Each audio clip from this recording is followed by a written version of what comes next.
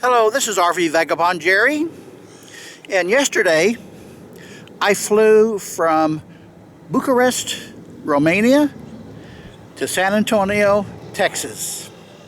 And by the time I got to my motorhome, which had been parked in a private parking lot right across the road from the San Antonio airport, it was about 1 a.m. And what I'm going to do in this video is show you how my motorhome survived 25 days being left alone in a parking lot with the electronics all turned on. Now, this is the third time that I have left my motorhome here in this parking lot when I flew out to go on a cruise, and it's worked just fine. They simply charged me for 2 spaces, which is about just under $400 for a full month, although I was only gone for 25 days. So that breaks down to $16 a day, typical airport parking lot charges, and it's in a secure parking lot. So let me give you some more details about leaving an RV in a parking lot like that for so long. The very first thing I did was to check the charge levels of my lithium batteries, which at 1 a.m. was 70%, which is really good that late at night. And that is thanks to the 1,500 watts of solar panels that I have on the roof of my motorhome. So let me tell you about the electronics I left on. My refrigerator was cold as usual. My freezer was cold as usual. I left on my satellite TV antenna and both of my DirecTV DVRs. One is in that cabin there and one is in the bedroom, both recording my favorite programs. In my bedroom, I have these 4 electronic devices. The DVR is the one on top that I left on to record my favorite programs for the whole time I was gone. I watch a lot of the political talk shows to keep up with the news. There are some programs I watch on weekdays, and then there are some programs I watch that come on the weekend, Saturday and Sunday. So what I decided to do was not record the daily programs because that would just be too much to catch up on. So I recorded my Saturday, Sunday programs, each which kind of summarizes the events that happened that week. So now, let me show you the list of programs on my DVR that have been recorded while I was away on this 25-day trip. Let me show you here on my DirecTV DVR. These are some of the Saturday and Sunday talk shows that I always watch. You see there's 4 of each one, and below there is a bunch more with 4 of each one. So my DVR has recorded all of these shows on Saturdays and Sundays for the last 4 weeks. So what I'm going to do is watch each one, the oldest show for each one of these. I'll watch the oldest show of this one, oldest show of this one, oldest show of this one, oldest show of that one and that one, and then I'll go back and watch the next oldest of each one of them.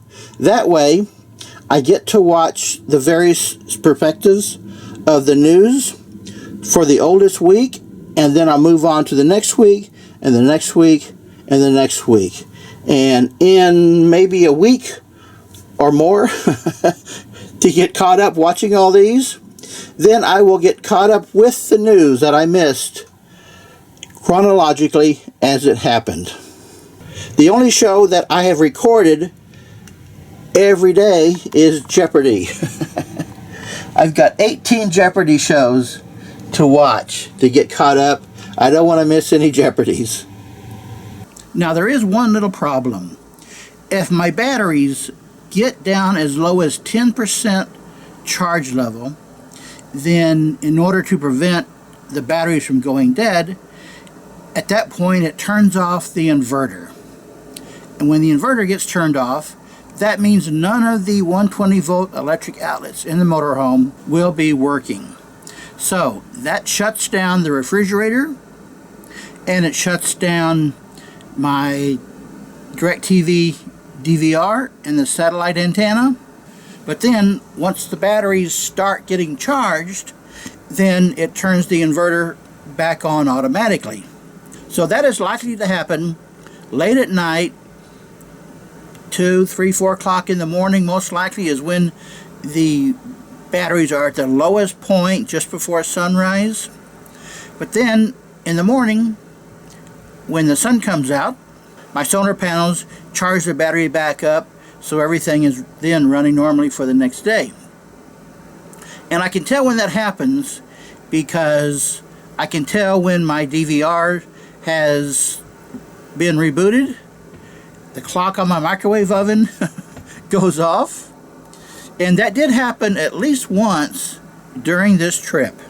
And what will cause that to happen is that there's been 1 or 2 really dark days, like when there's heavy rain clouds and it's total overcast, and the batteries may get really low late in the day, and that means they're probably not going to make it overnight without getting below 10%. So obviously there were a few days there when San Antonio had some really dark days when the solar panels just could not keep up. But it didn't really hurt anything. It turned the refrigerator back on. Soon after that, it got back to normal temperature. My antenna and my DVR rebooted. Everything is fine. So it doesn't become a major problem. It just might not record some of my programs. Now another thing, I like to get a little bit of airflow going in the motorhome while I'm gone for that long. Especially in the summer when it gets really hot in here. It's probably not going to make much difference, but I don't like to have it just completely stuffy. I like to have a little bit of airflow. So let me show you what I do. I open the exhaust fan in the kitchen, which has a rain cover. I open the exhaust fan in the bathroom, which also has a rain cover. And in the kitchen, I have this window that I like to leave open. And just to make sure that if it rains hard, it doesn't really make a mess, so I keep a towel right here to soak up any rain that drizzles in. And then also right over here, right above where I have some kitchen appliances, I like to keep this window open. And to make sure the rain doesn't harm anything here, I put a towel over that so it soaks up any rain that might come in. Now as far as keeping the batteries charged with my solar, it's going to work so much better in the summer or the late spring, early fall, when I'm still getting really good solar around the summertime, but in the winter it's kind of come and go. It all depends on the weather. If the sun is out, clear days, it's going to work okay, but you're much more likely to have the batteries go too low. A few years ago, I went on a 30-day cruise, and I left my motorhome in a parking lot just like I did here, and there were some days when it didn't record my programs on the DVR. So I know that there was 2, maybe 3 or more days when the batteries got so low it had to turn off the inverter. And when I got back, first thing I did, check the battery charge level, and it was really, really low. I think it was like about 15 to 20%. So I turned on the generator to charge up the batteries right away. Other than that, there's really no harm done. Now I do have an ice maker, and I left some ice in it, so when the freezer is off for too long, it can melt that ice, and just when it freezes back up, then you've got a level of frozen water in that ice cube bin. But other than that, even in the middle of the winter, it didn't really harm anything. Now the other option if you don't have the solar like I do, is to leave your RV in an RV park plugged into shore power the whole time you're gone. And you can certainly do that. It's going to cost you more than $16 a day. But if you don't have solar and you want to keep the electronics going like I do, then that's what you're going to have to do, is keep your RV in an RV park plugged in. That's really the best thing to do.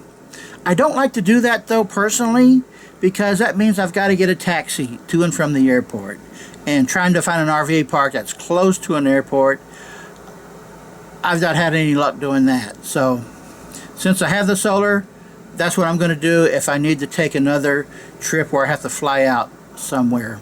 So those are the two options that most people have as to where to keep your RV when you have to fly out somewhere. So if you're planning on flying out and you're living full-time in your RV, then I hope this video has given you some ideas of things you can do. Of course, another option is to just turn off the electronics. Turn off the refrigerator, have all your food stored somewhere else in somebody's refrigerator that you're borrowing, or just consume your food and have nothing there. Turn your electronics off and then you really have nothing to worry about. So please let me know if this video has helped you, if you find yourself in that situation. Good day, folks.